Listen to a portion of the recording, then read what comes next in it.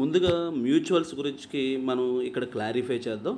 So mutuals అనేటువంటివి particularly మీరు ఏ క్యాడర్లో అయితే జాయిన్ అవుతున్నారో అదే క్యాడర్ గల వాళ్ళతో మాత్రమే మ్యూచువల్ చేసుకోవడానికి అవుతుంది. అంటే ఒక ఛార్జ్మెన్ ఇంకొక ఛార్జ్మెన్తో మాత్రమే చేసుకోవడానికి అవుతుంది. First point.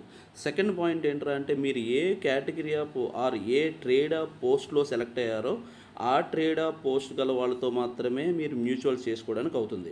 Example pipe fitter మీరు సెలెక్ట్ అయితే మరొక పైప్ ఫిట్టర్ వాళ్ళతో మాత్రమే మార్చుకోవడానికి అవుతుంది.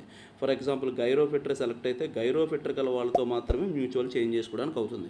సో అంతే తప్ప మీరు చదివినటువంటి ఎలక్ట్రికల్ను ఎలక్ట్రానిక్స్ను మెకానికల్తో మార్చుకోవడం ఇలాంటివి ఉండవు. సో మీరు ఏ కేటగిరీ ఆర్ ఏ ట్రేడ్ ఆఫ్ పోస్టింగ్ పడిందో ఆ పోస్ట్ గల వాళ్ళతో మాత్రమే మీరు మార్చుకోవడానికి అవుతుంది. అయితే ఇక్కడ మీరు గుర్తుపెట్టుకోవాల్సినటువంటి ఇంపార్టెంట్ విషయాలు ఏంటి? ఫస్ట్ అలా మార్చుకోవాలి అని అంటే జాయినింగ్ అప్పుడే ఇప్పుడు ఫర్ ఎగ్జాంపుల్ చాలామంది ఒక గ్రూప్ ఫామ్ అయ్యారు. లైక్ ఇన్స్టిట్యూట్ తరపు నుంచి ఒక గ్రూప్ పెట్టాము. ఆ గ్రూప్లో ఆల్రెడీ కొంతమంది మ్యూచువల్గా మాట్లాడుకుంటూ ఉన్నారు. అగైన్ ఆల్రెడీ టెలిగ్రామ్ గ్రూప్లో ఉన్న వాళ్ళు కూడా ఆల్రెడీ మోర్ దెన్ 3000 మెంబర్స్ ఉండడం వల్ల అందులో ఆల్రెడీ ఆల్మోస్ట్ ఒకరితో ఒకరు కాంటాక్ట్లో ఉండుంటారు.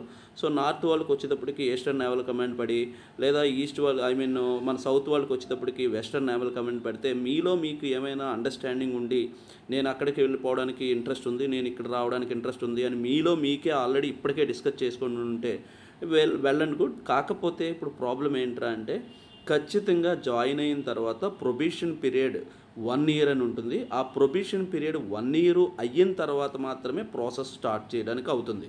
కానీ ఈ 1 yearలో మీ ఇద్దరూ కూడా అదే మాట మీద ఉండాలి, అదే మ్యూచువల్ అండర్స్టాండింగ్ మీద ఉండాలి. ఎందుకని అని అంటే మీరు జాయిన్ అయిన తర్వాత మీ డిపార్ట్మెంట్లో ఆల్రెడీ మిమ్మల్ని ఇన్ఫ్లుయెన్స్ చేస్తూనో లేదంటే వాళ్ళ ఎవరో ఒకరు పర్టికులర్గా వాళ్ళు కూడా ఇదే ప్రాసెస్ కోసం వెయిట్ చేస్తున్న వాళ్ళు ఎవరైనా ఉండుండొచ్చు.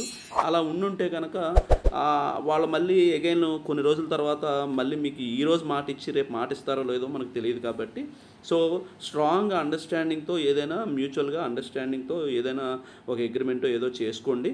సో వన్స్ అలా చేసుకున్న తర్వాత ప్రొబేషన్ పీరియడ్ అయిన తర్వాత మీరు ఏదైతే ప్రొబేషన్ పీరియడ్ అవుతుందో ఆ తర్వాత ఇద్దరు కూడా అక్కడి నుంచి సో అండ్ సో పర్సన్తో నేను మ్యూచువల్ అవ్వాలనుకుంటున్నాను అని చెప్పి మీరు అప్లై చేసుకుంటే కనుక వితిన్ ఫ్యూ మంత్స్లోనే ఆ ప్రాసెస్ అనేది ఎండ్ అయిపోతుంది. సో ఒకవేళ ఇప్పుడే మన జాయినింగ్కి బిఫోరే చాలా టైం ఉంది కాబట్టి ఈ టైం గ్యాప్లో ఎవరైనా మీలో మీకు మేము గ్రూప్స్ ఫామ్ చేస్తున్నాం కాబట్టి గ్రూప్లో ఎవరికొకరికి ఇంట్రెస్ట్ ఉంటుంది కాబట్టి వాళ్ళు మీరు మాట్లాడుకొని సెట్ అయితే వెల్ అండ్ గుడ్. ఒకవేళ సెట్ అవ్వకపోతే కనుక మీరు ఎలానో ఎవరికైనా ఇలా నాకు ప్రాబ్లం ఉంది, నాకు ఈ కమాండ్ వచ్చింది, నాకు ఈ కమాండ్లో చేయడం ఇష్టం లేదు కానీ నాకు ఈ కమాండ్ కావాలి అని మీకు ఎవరైనా అనిపిస్తే కనుక సో ఎగ్జాంపుల్కి మన దగ్గరే మోర్ దెన్ 200 to 250 మెంబర్స్ పైనే ఆల్రెడీ డాక్యార్డ్లో జాబులు చేస్తున్న వాళ్ళు ఉన్నారు. సో సీనియర్స్ జూనియర్స్ జూనియర్సే 150+ ఉన్నారు. సో వీళ్ళకి ఒక ప్రత్యేకంగా ఎంప్లాయీస్ కంటూ ఒక గ్రూప్ ఉంటుంది. ఆ గ్రూప్లో నేను బిఫోరే మీరు ఏమైనా ఇన్ఫార్మ్ చేశారు అని అనుకోండి, ఇప్పటి నుంచే నేను ఒక so and so person so and so negative place so and so బోర్డులోకి సెలెక్ట్ అయ్యాడు ఆర్ కమాండ్లోకి సెలెక్ట్ అయ్యారు. సో ఈ పర్సన్ విల్లింగ్ టు సో ఈ పర్టికులర్ జోన్కి పర్టికులర్ కమాండ్కి మూవ్ అవ్వాలని అనుకుంటున్నాడు. ఎవరైనా దీనికి రిలేటెడ్గా ఇలాంటి వాటి కోసం వెయిట్ చేస్తూ ఉంటే కనుక ఇమ్మీడియట్లీ ఈ నెంబర్కి కాంటాక్ట్ చేయండి అని చెప్పి మీ నెంబర్ని నేను ఫార్వర్డ్ చేస్తాను. మనకున్నటువంటి స్టూడెంట్స్ ఎవరైతే ఉన్నారో వాళ్ళ గ్రూప్లో ఫార్వర్డ్ చేస్తారు. ఆటోమేటికల్లీ ఇప్పుడు ఈ టైంలో దొరకకపోయినా మీరు వన్స్ జాయిన్ అయిన తర్వాత అయినా మీకు ఆ కాల్స్ రావడానికి ఛాన్సెస్ ఉంటుంది. ఆ తర్వాత హోల్డింగ్లో ఉండండి. 1 year ప్రొబేషన్ పీరియడ్ అయిన తర్వాత మీరు ఆటోమేటికల్లీ మారడానికి ఛాన్సెస్ ఉంటుంది. అయితే ఒకవేళ మీరు ఇప్పుడు జాయిన్ అవుతున్నటువంటి ఈ సేమ్ క్యాడర్ ఇదే నోటిఫికేషన్లో మీ ఫ్రెండ్స్ అంటూ మీకు దొరకకపోతే మరొక ఆప్షన్ ఏమైనా ఉంటుందా? ఆ ఆప్షన్ కోసం కూడా మాట్లాడదాం.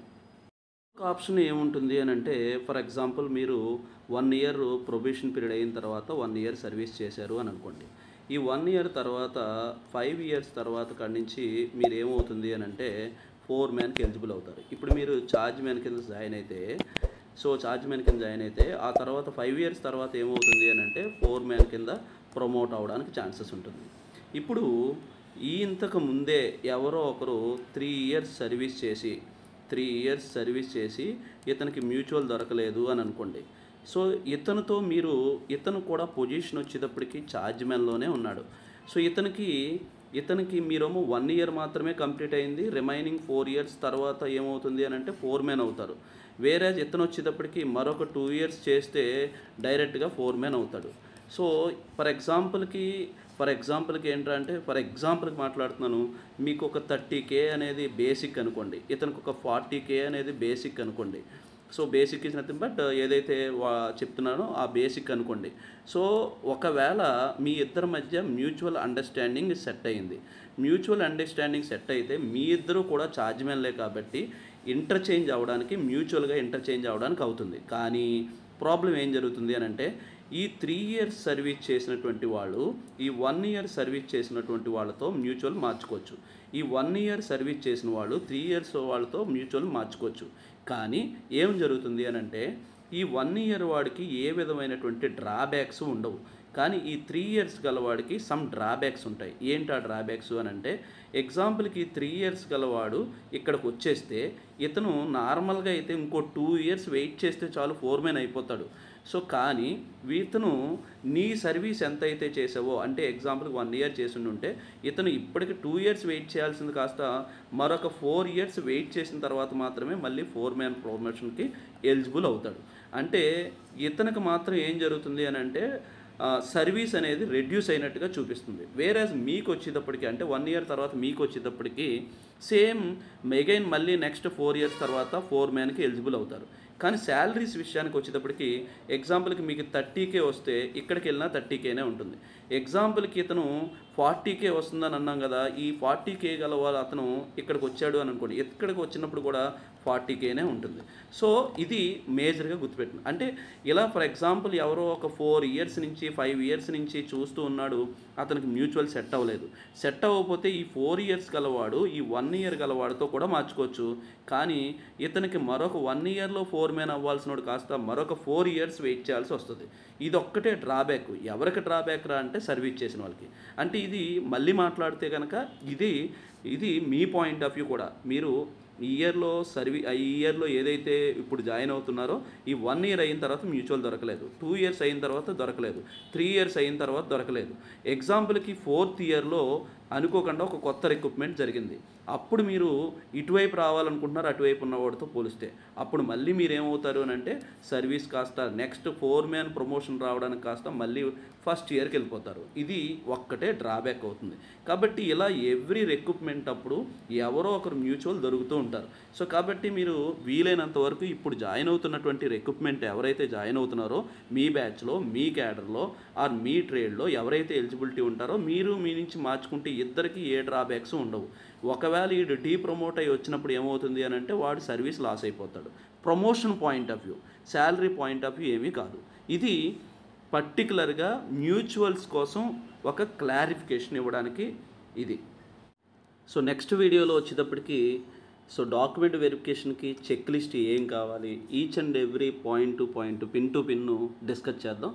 సో ఇండివిజువల్గా ఏ ఫాము ఎలా ఫిల్ చేయాలి, అలానే చెక్ లిస్ట్ కంప్లీట్గా ఏం కావాలి అనేది. సో ఎవరైనా ఆల్రెడీ ఛార్జ్మెన్ సెలెక్ట్ అయి ఉంటే కనుక వాళ్ళందరి కోసం ఒక గ్రూప్ని క్రియేట్ చేసాము మీ డౌట్స్ని క్లారిఫై చేయడానికి. అండ్ అగైన్ పర్టికులర్గా మేజర్గా నార్త్లో ఎన్నో సపోర్టింగ్ అండ్ గైడ్లైన్స్కి రిలేటెడ్గా ఎన్నో గ్రూప్స్ ఉన్నప్పటికీ కూడా సౌత్లో సరిగ్గా లేవు. కాబట్టి వాళ్ళ దృష్టిలో పెట్టుకొని కంప్లీట్ సపోర్ట్ ఇవ్వడం కోసం ఒక గ్రూప్ని క్రియేట్ చేసాం ఐస్ స్టడీ సెంటర్ తరపు నుంచి కంప్లీట్ గైడ్లైన్స్ ఇవ్వడానికి. మీరు జాయిన్ అయ్యేంత వరకు ఏమైనా డౌట్స్ ఉన్నా, జాయిన్ అయిన తర్వాత మ్యూచువల్స్ రిలేటెడ్గానో లేదా ఏ పర్టికులర్గా డిపార్ట్మెంటల్ రిలేటెడ్గా ఏ డౌట్స్ ఉన్నా క్లారిఫై చేసుకోవడానికి కాంటాక్ట్ నెంబర్స్తో సహా అన్నిటికి గైడ్లైన్ చేయడానికి ఒక గ్రూప్ క్రియేట్ చేసాం. ఇంట్రెస్టెడ్ క్యాండిడేట్స్ ఎవరు ఉంటారో కనుక వాళ్ళందరూ కూడా అందులో జాయిన్ అవ్వచ్చు. కాకపోతే బిఫోర్ నాకు కన్ఫర్మేషన్ ఇవ్వాల్సి వస్తుంది మీరు క్వాలిఫై అయ్యారా లేదా అనేటువంటిది. క్వాలిఫై అవ్వలేని వాళ్ళు అన్వాంటెడ్ ఎవరిని కూడా మేము అందులో జాయిన్ చేయట్లేదు. Thank you for watching.